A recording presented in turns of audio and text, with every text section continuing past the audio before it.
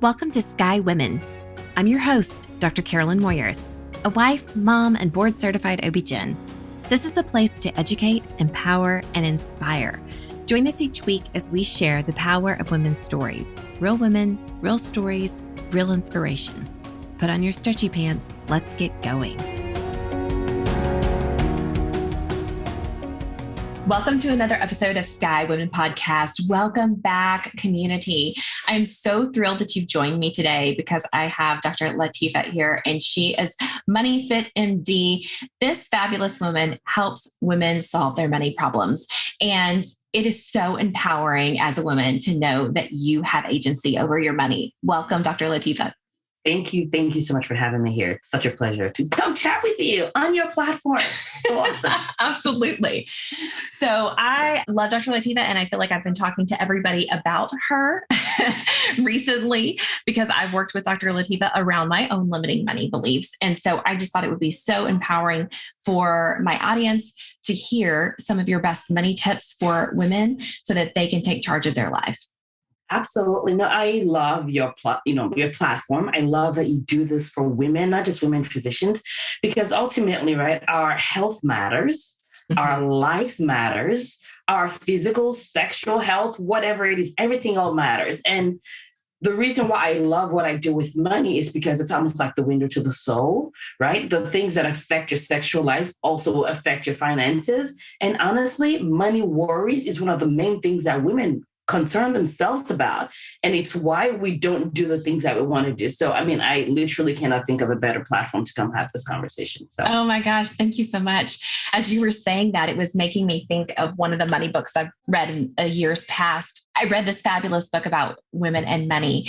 And he talked about how his father was in finances, and his father repeatedly had women come in as their spouses had died, and they didn't know what was going on with the finances.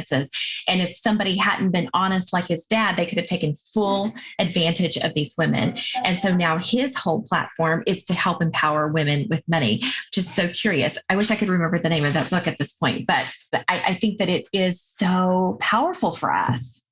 Absolutely. It is powerful because the thing is this, a lot of us, the way we think about money, the way we deal with money is a reflection of stories and information that we've gathered throughout our lives, like anything else, right? It's like, if I grew up with a mom that can cook, I may or may not pick that up. I may choose to love cooking or hate cooking because all mama did all day was cook, like whatever, right? So the same applies with money as well, where you may gather some sort of learning from your upbringing, how your parents treated money or not. Maybe they didn't have money. Maybe we never talked about money. Right. Maybe money was an adult-only conversation, right? And when you're in a relationship, like you bring that in, and your significant other also has their own baggage, right? And what happens is a lot of times, we've been taught that discomfort is a bad thing. So whenever it comes to talking about money, it feels a little uncomfortable. And we're like, we don't want to do that stuff. So we run away from it, and we assume and hope that someone else is going to take care of it, right? What I have found with working with women is probably about 60 to 70% of the time, when women actually start to learn about money, they realize that the person they've trusted with it was not doing as great of a job as they thought. Right. So it's like, well, I thought my husband or my advisor had it all figured out. And now that I'm more empowered, now that I know, I realize that, they actually didn't have it all figured out like I thought. So my point is there's so much benefit to us knowing the stuff, because even if, let's assume that your spouse or your advisor had it all figured out, now you bring your own brain into it. And we know that women's brains are amazing and beautiful. Right. And we have this, it's actually pretty crazy. We have this amazing innate gift of being multidimensional, like 3D in the way we think. So now imagine bringing that 3D-ness into our money lives. So even if the other person was doing a great job at it, we get to improve that even further, right? By bringing our own ideas into it. So there's literally no downside to getting your money figured out. There's literally no downside to empowering yourself as well. I agree. There's no downside. It's literally only, no. I relate so much with so much of what you said. I mean, grew up on a dirt road. Mom didn't manage the money. There was never enough money and we didn't really talk about it. Right. And so it's so funny that even as I become a physician and I'm actually making real money now, whenever I got married, I kind of assumed my husband was going to take care of it. Yeah. Yeah. And I'm like, how absurd that I am a breadwinner. I'm earning my own money, but I'm hoping somebody else will just kind of handle that for me. Yeah, it's very, very common. I mean, if you think about it, we all want someone else to clean up on aisle 10, right? Right. Even if you're a parent with kids, you're like, oh, can someone else like feed those kids? Because I'd rather do something else right now. I'd rather, just sit down and chill or whatever. But the bottom line is we do things all day that we don't necessarily want to do, but we know that it's for the greater benefit of ourselves, of our community, of our goals in the long term. And this just falls into one of those. Yes, you can ignore it, right? Especially if you make a lot of money, you can hide under a lot of cash. However, what happens is when things change, when circumstances change, like we saw with COVID-19, where incomes were affected. And now people that have kept the secret for so long can no longer hide the secret. And my hope is that we don't have to wait until like something really bad or dramatic or drastic, like a pandemic happens before we solve this problem that already exists. Like we can solve it now so that we can truly have this money and use it in a way that's meaningful, in a way that's purposeful, in a way that reflects our value. Because I truly believe that when women have money, we do crazy stuff with it in a good way, right? Yes. We give, we build. Even when we spend it on ourselves, we give more, we build communities with it. So I literally dream of women having money every day because I think it will solve a lot of problems in this world today, to be honest. All right. So yes. So say that a woman is listening and she's like, oh my gosh, I don't know what my net worth is. I don't know how to even get started. What would you recommend? Maybe they feel shame around money. So here's the deal. Since your podcast is about women's health, I know we can talk about anything, including poop, right? Yes. Okay, yes. Perfect. All the things. All things. Oh, I didn't mention that Dr. Latifat is a gastroenterologist. So. Yes, we talk about shit all day, literally. But the thing is this, guys, everything grows, right? Everything grows. And shame is only going to grow. Not having money is only going to grow unless we do something else to it, unless we change the direction.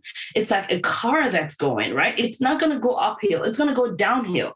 So the easiest way, the best way for you to continue the status quo is for you to do nothing and change nothing, right? Mm-hmm. But if you're listening to this podcast, you're like, okay, sure, Latifat, I'm not here to not change. So welcome to this podcast. I'm so glad you're here. But the bottom line is this. I get it. It doesn't feel good. And I haven't shared much about myself on this podcast, but everything that I do when it comes to money is a reflection of the journey that I've been through myself. So when you're like fear, check, shame, check, not having money conversations over the table, check, like having the husband be the one primarily in charge of money. That's how I grew up. My mom wasn't controlling the money. So there's going to be different versions of that for you. But the bottom line is I'm not here talking to you from the perspective of someone that doesn't get it. I get it. And it feels like crap. It does. Not changing feels like crap. Changing feels like crap until you change. And then it feels better once you've done the work, right? So shame is a feeling that you have. I promise you, it's not going to kill, right? So I want you to hold the shame. Don't let go of it. Don't try to get rid of it yet, but just understand that you can learn how to do money even with shame, right? And the more you learn, then at some point you can release the shame, because a lot of times we want to release all that before we get started. But what you need to do is actually just get started. And little steps, as easy as looking at where is my money actually going now? Mm-hmm. That's it. Nothing fancy. Just ask yourself. It's like when someone comes into your home, right? You're looking at your security camera, they come in through the door and you're like, where are they going? Like, are they going upstairs? Are they going to the dining room? Are they like, literally, it's as simple as that when it comes to money. You earn this money. You spend time or energy or both earning it. Right. Where is it going? Just answer that question. Like, how much am I spending on my rent or mortgage? How much are we spending on food? And the thing is, a lot of times we start, but we stop because we're judging ourselves, right? We're letting those feelings overwhelm us. But when you get started, I always suggest just doing it from a curious place. Just be curious only and follow where the money is. If you can follow the money, see if you like where it's going or not. Are you surprised that you're spending money in that way? Or do you actually know you're spending money in that way?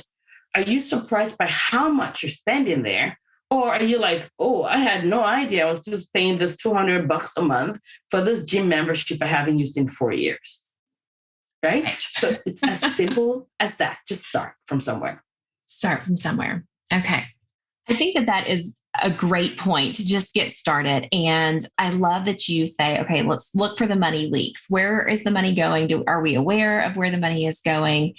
And setting up some sort of tracking system, right? Whether we're looking at our credit card statements or whether we're in Mint or YNAB or whatever budgeting app you use an Excel spreadsheet. It can be anywhere. It can be as simple as you want it to be and suits you, right? I mean, I know that whenever I came to Latifat, I was trying my best to fit into YNAB and I really despised it. And she said, why do you have to use YNAB? And I was like, oh, okay. So when you were talking, Latifat, it made me think of let curiosity lead you. And I don't know if I got that from you or from a book, but that is one of those mottos that I write every week on my calendar. Let curiosity lead you. Stop judging yourself or judge yourself, whatever, but don't give yourself all of these shoulds, right? We tend to judge and be so hard on ourselves and we should ourselves to death. Like stop shitting about what you should have done with your money, right? Give your former self a hug. It's okay. We made mistakes. And we want to do something different. So how do we get there? How do we develop that financial plan for where we want to go? Absolutely. So when you're saying that, one thing that comes to mind is this. Everything we have today when it comes to our finances or we don't have is the result of past decisions, past behaviors, and past sort of like brain processes, right? So essentially what we're going to create 5 years from now, 1 year from now is going to be the result of what we're doing today, what we change in behaviors or what we think in today. The best way to let your future be the same as your current is to keep dragging the past with you. And that's what a lot of us do, right? We're like, but I've made mistakes in the past. It's almost like we're like, whip ourselves over and over and over again. And that is, number one, the best way to not change the future. And number two, it's actually the best way to avoid doing the actual work. So sometimes it's easier for us to whip ourselves and like drag our past mistakes from us because we're like, it feels familiar and comfortable. It's like carrying a duffel bag, a heavy duffel bag. You're trying to get through the airport. Exactly. And just keep loading things on. Yeah. So that's the thing that I want you to keep in mind, that even though your brain is like, well, but I've screwed up in the past, it may actually be an excuse that's deflecting you from doing the work that you need to do in order to create the future that you want to create, right? Mm-hmm. And just, one thing I wanted to also make sure I talk about is a lot of times as women, we spend a lot of time talking about like budgeting and how we're spending. And I think we can do ourselves a whole lot of disservice if we don't talk about how to actually grow our money. Yes. Yes. Right? So let's not I want you to know where your money is going. I want you to think about your spending plan and all that stuff. But I also want you to just think about how you are earning money, right? Because a lot of talks about men, it's about how to earn more. And a lot of our talks is like how to stop spending. It's like, let's do both. Right. Let it flow, right? Let it flow. So yeah, let's do that. Let's earn more money. Let's say yes to having more money because money is a tool for good, for impact. So let's diversify that income. And I don't care what you do.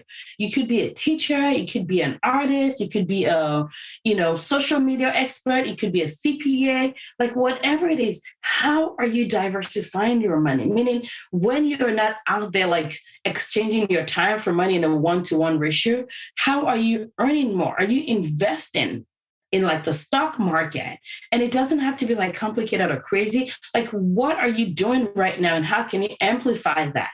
Right. What else can you do? How can you learn a skill set that you may already possess and like teach many people as opposed to teaching one person only? So I want us to start getting into that habit of talking about how to earn more money without needing to always exchange our time for it in a 1-to-1 ratio.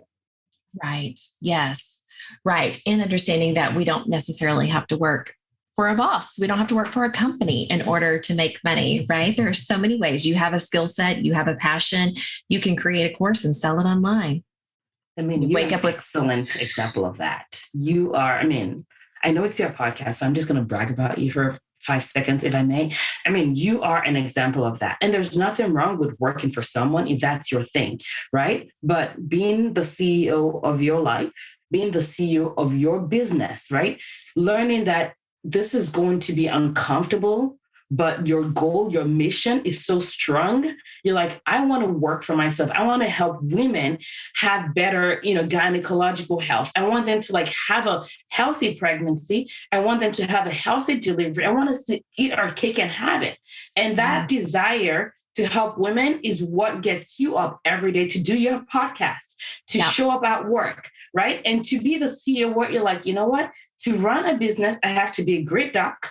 I have to know my numbers. I have to be able to feel uncomfortable. I have to leverage my relationships. And I cannot think of a better example of that than you right now. So thanks for what you do.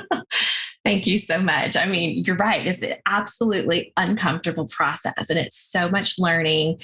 And you kind of feel like when you're done with school, maybe you're done learning, right?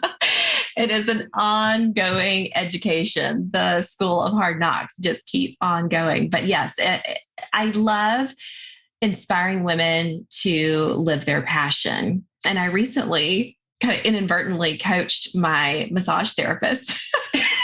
Of course you did. Yeah. And she comes back in with her notepad, like making notes.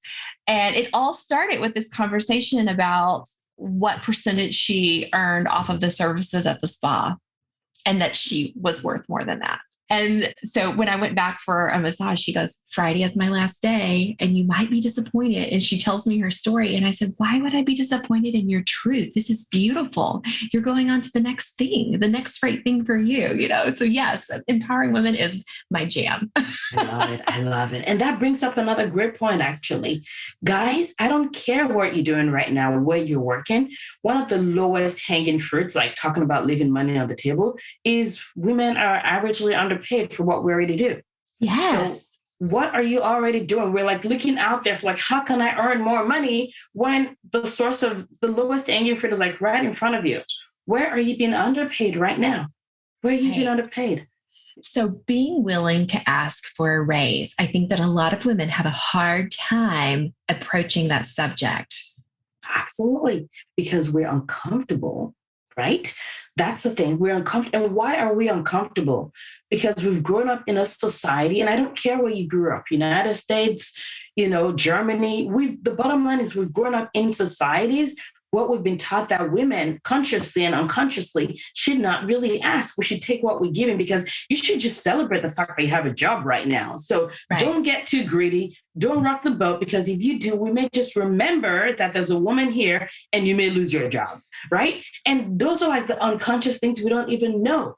Right. So it's like just growing up in this society is one, but then we are also victims of that as well. We've bought into it. So it is uncomfortable to ask for it. But if you're willing to not let, number one, you can change how you think about it because you're already doing the work.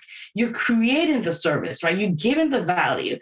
And the thing is, when you are leaving the money on the table, it's not like the money is automatically being given out to go do good, right? Right. Because, if we get it to you, I know you will go do good with it. Yeah. So asking for our worth it's such an important, simple step because it's one, puts the money where it should be going because you're already doing the work, number one. Mm-hmm. But then also it puts you in a place where you can be the example of what's possible. And that's how we're going to change the future. Right? Absolutely. Because when women are making less than men averagely, it's because you did not ask. You did not ask. If you true story ask, you're changing the statistics right there. Yes. Right? So my sister is in HR, and she always reminds me whenever I have this pondering, what would a man do? And when she asks me, it's like so clear. I know exactly what I would do. Isn't that silly? Like how we've been conditioned. Yep. Yep. True story. I mean, I have lots of stories to share about this, but two specifically. One, these are both physicians. One was she found out she was getting paid about, I want to say 70K or so less than her male colleague that started working after her. Mm-hmm. And the only reason why she found, because if we don't talk about money, we're never going to find out. The only reason why she found out was because this guy accidentally was having a conversation with her and talked about his paycheck. And she's like, what? You mean you were getting paid that? So that had to change. And they went to HR. They both worked to HR together. And they said, well, you didn't ask. That's it. You didn't ask. Another woman physician works in an academic hospital, which you would assume that, everything is plain field, right? So level. Yep. Everything is level. It's our standard package. She found out that she did not get, I believe it was 20 to 30K sign-on bonus that some of her other colleagues got. And again, she was told, you didn't ask. You didn't ask. We just have to ask, ladies, and you have to know your worth. All right. When you talk about automating things, when it comes to like having a plan for your money. So we've looked at our leaks. We've looked at how we can make more money. We look at sources for, asking and valuing our worth. Now we say, okay, I want to pay myself first and I want to start growing my money. What are the easiest steps when it feels so overwhelming, especially if you've not had those discussions about money and the stock market feels really scary? Yes, it does feel scary. And in fact, there are people whose goals are to make it feel scary to you so that you never do it. And you can always think you're incapable of doing your money yourself. I am all for simple. And the reason why I'm a fan of simple is because based on data and based on evidence, simple is successful, right? Yeah. I don't care what the stock market really is doing on a day-to-day basis. The bottom line is I have decided that I'd rather spend the least amount of time, effective time as possible doing the stuff. So I've decided that something called index funds, and if you don't know what those are, you can go ahead and Google it. It's literally just like a combo, like a gumbo of stocks and bonds. That's it, a bowl of soup with different things in it. It's right? diversified within itself.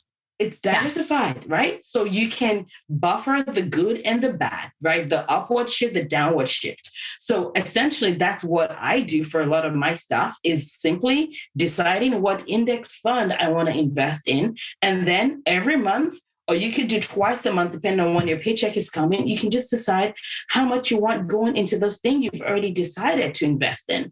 The beauty of it is we know that as humans, there are things we want to do, but we don't spend the time doing it. So once you have this, what we call automated, meaning, okay, every month I get $1,000 that's going into this. Every month I get $5,000 that's going into this.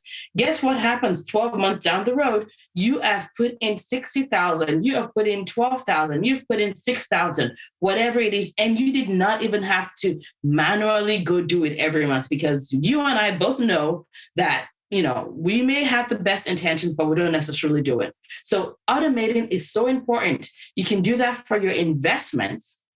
You can do that for your bills, especially if you're like me and you don't like paying interest on credit cards. Just have it automated so that every month it's all paid off. That way, what you can do is just have like a one time a month, like a 1 hour amazing date with yourself, your money plus or minus your spouse, because single women need to like get their money each together as well. Right. But you can have a date by yourself.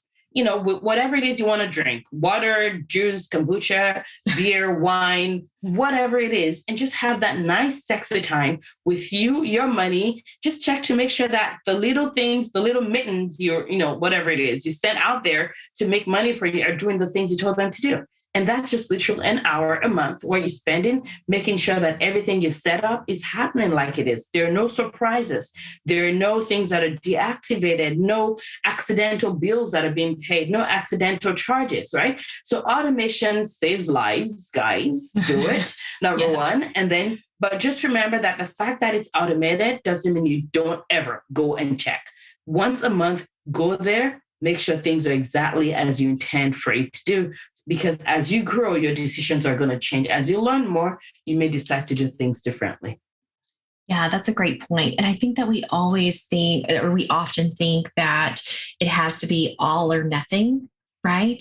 Well, I don't have money for this, or I need to pay this off, and so I don't have money to invest.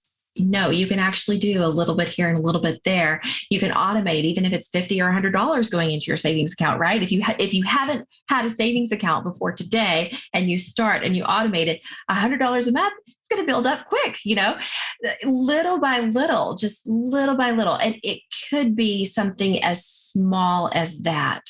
Start by starting. And honestly, most people that work currently for someone already are investing in the stock market. If you have a 401k, that means you already are investing. So it may be as simple as asking yourself, what am I already doing and how can I optimize that, right? Right. And I know a lot of companies will send an advisor to meet with you so that you can go over all of what you're doing, what your goals are, what you can maximize and optimize. Absolutely. So use your resources. Use your resources. If you're not already maximizing your 401k, looking at what you actually are contributing and choosing to increase what you're contributing already is a step in the right direction. So it doesn't have to be like this huge, massive, crazy action. It's like little tweaks to what you may already be doing currently. Yeah, great advice. Great advice. Okay, so you have some one-liners that I look at them frequently because you've made these really cool cards to go with your Money Fit class. And I just want you to share some of these great one-liners. Oh my goodness. So I'm going to have to grab my phone and look at them because I love doing this because again, I want to make this as simple as possible, guys. Listen, and this is the other thing. A lot of times when we think about money, we think about all this masculine energy, all this this, whatever, put your chest forward, what's the man? Mm-hmm. It doesn't have to be. It literally can be simple and feminine and successful. And honestly, I think that every single person that's listening right now has the capacity to do that and create that. So anyways, absolutely. I listened to this great podcast yesterday and she was talking about women and money. And she said, what if we told little girls, you could be the CEO?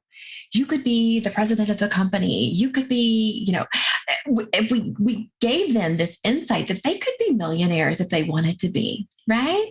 Yes. They can make money. You can earn money and you can manage your money well.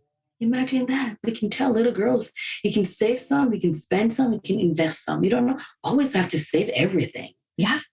Right? It's just little things, right? And you may not even have kids, but your nieces, your nephews, whatever, random kids, it's like dropping seeds everywhere, right? But we all get to be part of it. Yeah. And that's the thing. It's the little things. Yes. So I have a couple for you. Okay. I mean, you talked about pay your future self first. I love that. Mm-hmm. And I think it's really important because a lot of times we think if we can, once we're done with all the expenses, whatever is left, we can save and invest. Living on the leftovers. Flip that. Yes. Yeah. Flip it. There's never going to be leftovers, right? Save, invest, and spend the rest, right? That's one thing that I definitely love. So I love this one too, because the way that we treat money is also a reflection of our relationship with ourselves. Mm-hmm. So this one is love is patient. Okay. Love is kind. Love forgives. Who do I need to show love to today? Right? Because if you don't forgive other people, you can't forgive yourself. Mm-hmm. Right? If you're not patient with yourself, you're not going to be patient with your money and watch it grow.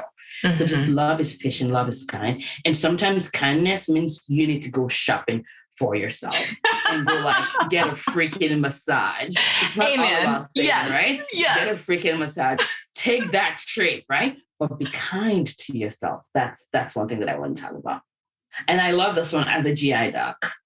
And I'm rolling my eyes because there are going to be people rolling their eyes like, all right, did she just talk about poop? Yes, I did. I know. And your kids maybe listen to this podcast going, Mommy, did she just talk about poop? Yes, she did. Right. So here's this one. You don't want to have diarrhea or constipation. Stop treating your money like that. Let it flow well. Right. So which means don't hoard. Mm-hmm. Right. Because when you're hoarding, you're probably not investing. you're not giving, you're not growing. And I truly believe that the more you give, the more you will have. The only reason why givers may not have is because they don't have the capacity to receive, meaning that they feel uncomfortable when they receive. But if you're a giver, you will have. So I definitely want you to not hoard money, but I also don't want you to have diarrhea where you're not keeping anything out. Where you're hemorrhaging money. Or you're hemorrhaging money, right? So it's sort of a balance of both. Yeah. So I'm actually considering making those cards available because people have been asking me for it. I'm considering like having them available to be, for people to buy on Amazon or something. Why not? It's another stream of income. We'll see. It's definitely a love project. It literally was me sitting down and saying, what do I want to whisper to my women?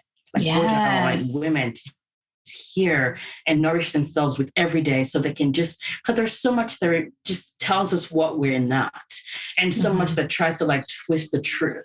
So in my mind, if I can just infuse my women with this bit them every day with just a word, a sentence, and just remind them of how amazing they are. And I don't have to keep that. I mean, you all are my women, so I may just make it available out in the world. I think you should. It is a fabulous deck of cards that really reminds you of your worth and how to think about your money. Because even though we've talked about a lot of practical tips, a large part of our money is our mindset. Amen, sister. Our mindset, our psychology, and that affects our behavior. And absolutely. If we don't change those, we would just be like lottery winners that win and lose everything. Or we would be like that definition of rich that we don't want to identify with. In order for you to have money and be that juicy, like that marinated, beautiful, full version, it takes work, but it's work that is so worth it. I don't ever want to have a penny if it's not like juicy, sipping richness. And that's what we get to create. It's like just rich life. And that's what it's about. Yes, absolutely. Because that impacts our relationships, that impacts our health, that impacts the choices that we make for our bodies and our families, right? And so that's how it all ties in, our money and our health. Thank you so much for joining us today. You're such a treasure. Always a pleasure. Thank you for having me here. Thanks for those listening. Make sure you listen to her episode every week because she's amazing. She has so much goodness to share. And even as someone that's worked as her coach in the past, just having her be a colleague in the space of empowering women is a gift. And if you found her, it means you're on the right track. So keep listening. Oh my gosh. Thank you so much, Dr. Latifat. I just love you. Until next week, be well.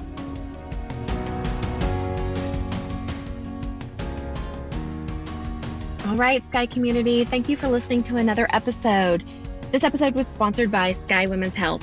As a reminder, we're in the Dallas-Fort Worth area, and we help relieve back pain and pelvic pain in pregnancy and beyond. If you are pregnant and having pain and you feel like you have no reliable way to relieve it, look us up at skywomenshealth.com, request an appointment, and we'll call to get you scheduled. As a board-certified OB-GYN with a Neuromusculoskeletal Medicine Fellowship, I help you realign with hands-on drug-free treatment and relieve pain on the spot without medication. We'll help you maintain these results through your pregnancy and postpartum period. Every pregnant person deserves this, and we are so excited to serve you. You can find us on our website, as mentioned, or on social at Sky Women's Health, or you can call the office at 817-915-9803. That's it for today. Until next week, be well.